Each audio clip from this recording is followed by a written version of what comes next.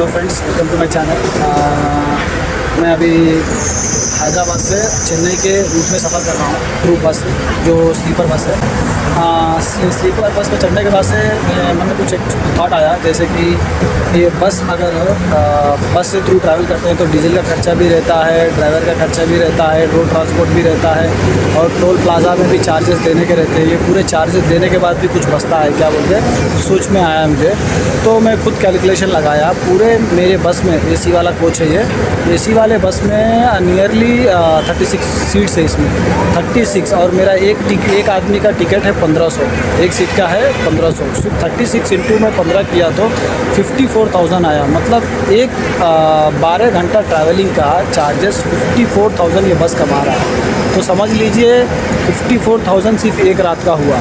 तो अगर ये 600 किलोमीटर ये ट्रैवल करता है 12 घंटे में, 600 किलोमीटर ट्रैवल करता है तो 10,000 का लगभग पेट्रोल डीजल खाएगा, 10,000 का डीजल खाएगा। और उसके जो टोल प्लाजा के चार्जेस जो भी है उसके समझ लीजिए 5,000 तक अलग हो जाएगा।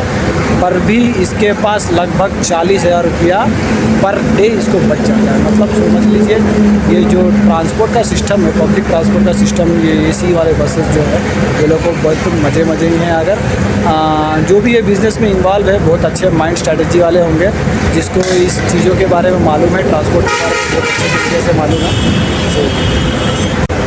अगर नॉर्थ से साउथ अगर बसेस लगा दिया जाए, जैसे कि आप किसी स्टेट में भी जाइए, यूपी बिहार का ट्रेन भरे रहते हैं। तो अगर वहाँ का नॉर्थ साउथ से नॉर्थ का अगर ट्रांसपोर्ट सिस्टम जैसे नेशनल हाईवे हो गया, अगर इसका नेशनल हाईवे प्रोसेस जो भी नेशनल हाईवे का रोड्स ट्रांसपोर्ट फैसिलिटी अगर बहुत अच्छा रहता है तो समझ लीजिए भाई ट्रांसपोर्ट वालों के तो मज़े हैं अगर बसेस लगा देते हैं तो। क्योंकि एक ट्रांसपोर्ट में जैसे कि अब मैं 12 घंटा ट्रैवल कर रहा हूँ तो 1500 का टिकट लगाया है। अगर जैसे कि हम लोग नॉर्थ से साउथ, जैसे कि हैदराबाद से पटना हो गया, हैदराबाद से वाराणसी हो गया, जैसे हैदराबाद से वाराणसी में मैप में चेक किया तो 12 घंटे का रास्ता दिखा रहा है और पटना का लगभग 1800 किलोमीटर दिखा रहा है।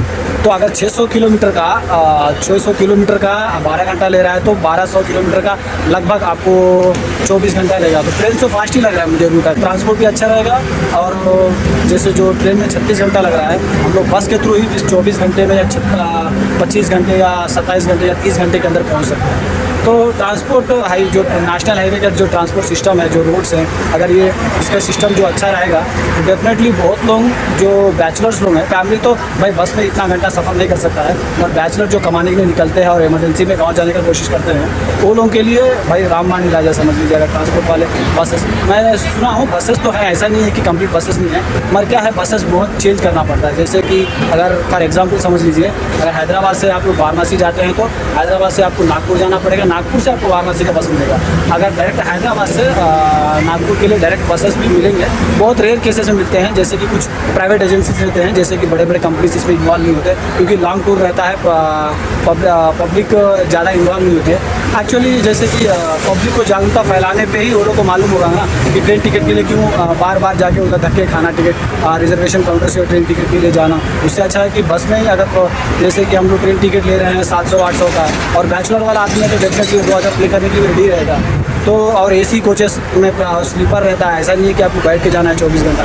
स्लीपर कोचेस रहते हैं, आराम से आप सो के बैठ के, आपको इंडिपेंडेंट सीट रहेगा, आराम से आप बैठ के जा सकते हैं। तो मेरे हिसाब से अगर हाईवेज अगर मजबूत रहेंगे, अच्छे रहेंगे, गवर्नमेंट अच्छे हाईवेज हर एक स्टेट से एक स्टेट का फैसिलिटी अगर मेंटेन करता है तो डेफिनेटली बस भी बहुत अच्छा कारीगर रहेगा हम लोग को ट्रांसपोर्ट आने जाने के लिए। ट्रेन पे ज़्यादा डिपेंडेंट नहीं होना पड़ेगा। हाँ, फैमिलीज़ के लिए तो ट्रेन ही अच्छा रहेगा, मगर बसेस के लिए बैचलर्स जो रहते हैं, कमाने के लिए आते जाते हैं, वो लोगों के लिए बहुत अच्छा रहेगा। तो बैचलर्स के लिए और अच्छा है। मेरा सफ़र भी समझ लीजिए 12 घंटे का है। हैदराबाद से मैं निकला हूँ, नियरली चेन्नई के आसपास में मुझे उतरना है। जैसे मेरा साइट चलता है ना, जैसे मैं पुरानी वीडियोस में बताता हूँ कि मैं नागुपेटा में उतरने वाला हूँ, तो लगभग 12 घंटे का रास्ता है। ट्रेन से देखा जाए तो भी 10-11 घंटे का रास्ता है। तो हमारे कंपनी वाले मैक्सिमम बस का ही प्रोवाइड कर देते हैं, क्योंकि लगभग मैं 8:30 बजे बस में चढ़ा, जैसे कि हैदराबाद सिटी के पास।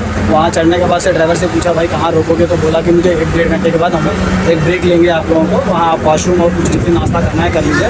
जैसे कि 10 बजे, 10 बजे के बाद से एक बार बस खुलेगी तो डायरेक्ट जो जहाँ जाना है नियर बाई, जैसे कि जहाँ ड्रॉप लोकेशन से कुछ लोग बीच में उतरते हैं, बीच में जैसे कि मुझे बीच में चेन्नई जाने से पहले करना है, तो उसी हिसाब से वो सुबह ही रोकेगा डायरेक्ट। और कुछ किसी को इमरजेंसी वॉशरूम ऐसा कुछ है तो बीच में रोकेगा 5-6 मिनट से। मगर जो बड़ा ब्रेक होता है बीच में रोका है, जैसे कि अब यहाँ रोका है लगभग 20-25 मिनट हो गया है। यहाँ कुछ लोग नाश्ता कर रहे हैं, जैसे कि नाइट टाइम है ना, तो 10 बजे अभी नाश्ता जो करना है कर रहे हैं, अपना जो टी ब्रेक है वो पूरा कर ले रहे हैं। उसके बाद से वॉशरूम करने के बाद से गाड़ी निकाले हैं। यहाँ इसके बाद से कहीं रुकेगा।